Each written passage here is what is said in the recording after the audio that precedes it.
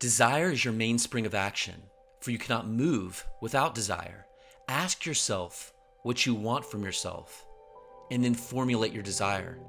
Feel its presence, and you have granted yourself the desire's fulfillment. Human life is nothing more than the appeasement of hunger, and the infinite series of levels of awareness is the means to satisfy that hunger. Health is a desire, a hunger that can be appeased when the idea is formulated in the mind that I am healthy. The same is true for wealth, peace, harmony, or fame, for all of these are states of awareness. Identify yourself with the state desired, persist in this identification, and what you are conscious of, you outpicture. The cross is the symbol of suffering. There's no physical cross upon which a man was nailed, but a body of beliefs that a man wears. Except you deny yourself and lift up your cross and follow me, you are unworthy of me. Lift up your cross by raising your awareness, for your I amness is the creator of your world. As an individual, you move and live in time, but your true being is in eternity. Think of the vertical line of the cross as the line of being upon which there are unnumbered levels of awareness. Now, time cannot make you better or wiser. In fact, time cannot do anything toward changing your level of being. For change is all in the vertical line where you move to higher or lower levels of your own being. Because change is imminent, we speak of it as infinite imminence, as nearer than near and sooner than now. The man you would like to be is imminent. He is nearer than near. The ideal you dream of being is sooner than now, and is brought into being by a change in your reactions to life. In the book of Revelations, we are told, I will give to every being according to his work. The only work you are called upon to do is work on yourself. Start this work by observing your reactions to life. Remember, your future is not being developed. It already is. The time track is complete, as well as all of the events you encounter. Now, as you move up and down the level of your being, changes will occur in your life. You are now resting at a certain level. Arise, take up your couch, and walk by breaking the threads of life that bind you to the state that you're now in. Break these threads by changing your thoughts, for only as you rise within will you find a corresponding change without. Have you ever wondered what it would be like if you were two pure eyes to behold inequity? If you were all tenderness, all love, all generosity?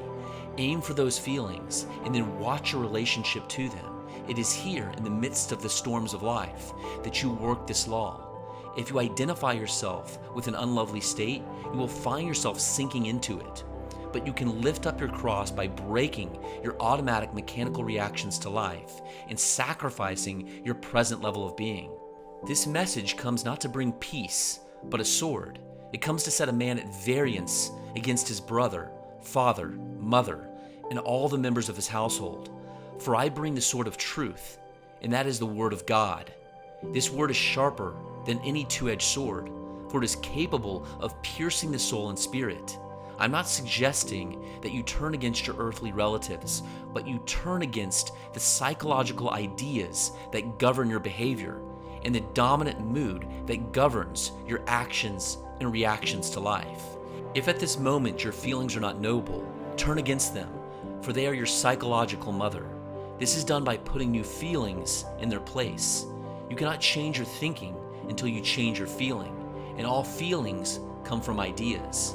A man's enemies are those of his own household, which is everything he accepts as true. This sword can pierce even to the severing of soul and spirit. Your Father, your I am, is spirit, and when you worship him, you must do so in spirit and in truth. Be still and say to yourself, with feeling, I am he.